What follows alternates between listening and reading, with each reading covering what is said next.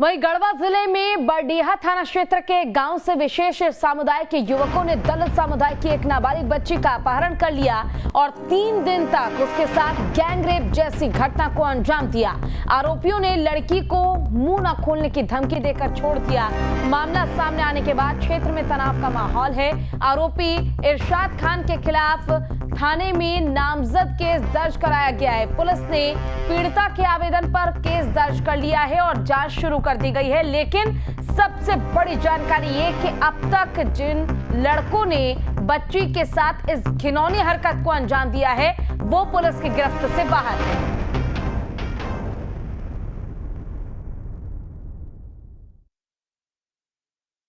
कल एक मैटर हम लोग के सामने आया है जिसमें कि ये जानकारी मिली है कि बरडीहा थाना अंतर्गत एक नाबालिग लड़की के साथ एक व्यक्ति के द्वारा बलात्कार किया गया है और इस संबंध में आवेदन प्राप्त होने पर तत्काल एफआईआर दर्ज किया गया है पॉक्सो और SC/ST धारा के अंतर्गत, एक्ट के धारा के अंतर्गत। और इसमें वर्तमान में हम लोग अभियुक्त की गिरफ्तारी का प्रयास करें।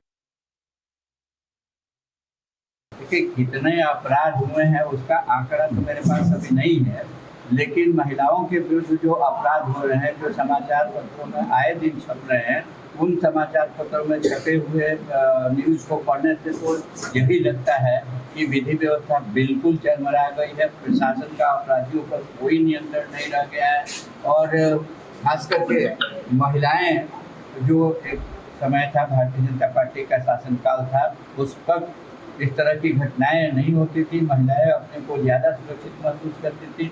नक्सलियों के विरुद्ध ज़्यादा कार्रवाई होती थी, कड़ी और कठोर कार्रवाई होती थी। और ज्यादा जानकारी के लिए हमारे साथ हमारे संवाददाता धर्मेंद्र कुमार जुड़ गए हैं। धर्मेंद्र, आखिर लड़की ने खुद मामले को लेकर शिकायत दर्ज कराई, फिर प्रॉब्लम क्या है, दिक्कत कहाँ आ रही है, आरोपियों की गिरफ्तारी अब तक क्यों नहीं हो पाई है?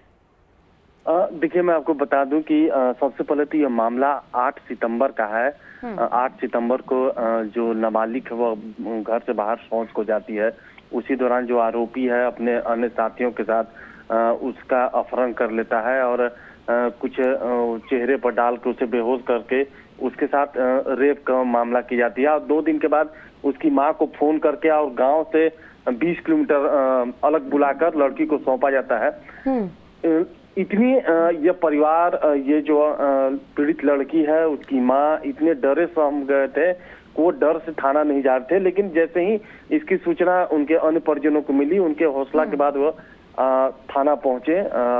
लड़की ने लिखित आरोप लगाया है, एक को नामजद और 4 को अन्य को आरोपी बताया है।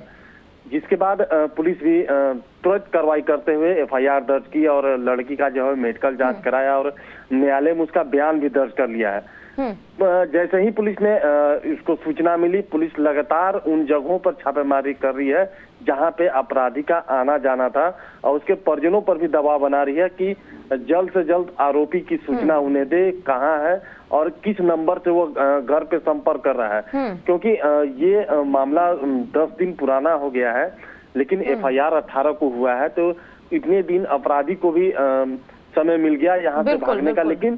लेकिन पुलिस पूरी तरह मुस्तैद है और एक टीम भी गठित कर दी गई है और उसके जो नंबर हैं उसे भी ट्रायल पर डाल दिया गया है कि शायद वो किसी से कांटेक्ट करे तो उस आरोपी का लोकेशन पता चले। क्योंकि एक आरोपी नामजद है, जब तक वो नहीं पकड़ाता है अन्य जो आरोपी हैं उनके बारे में खुलासा नहीं हो पाएगा। जी बिल्कुल धर्मेंद्र, देखिए अब समय डरने का नहीं है बल्कि डटकर सामना करने का है और जरूरत यह है कि इस मामले का जल्द से जल्द पुलिस खुलासा करे। लेकिन आपसे ये भी जानना चाहूंगी कि क्या पीड़िता ने, जो आरोपी युवक है, उनकी पहचान की है? क्या वो गांव के ही लोग थे या फिर कहीं बाहर के लोग थे जिन्हें पीड़िता नहीं जानती है, उसके परिवार नहीं जानता है?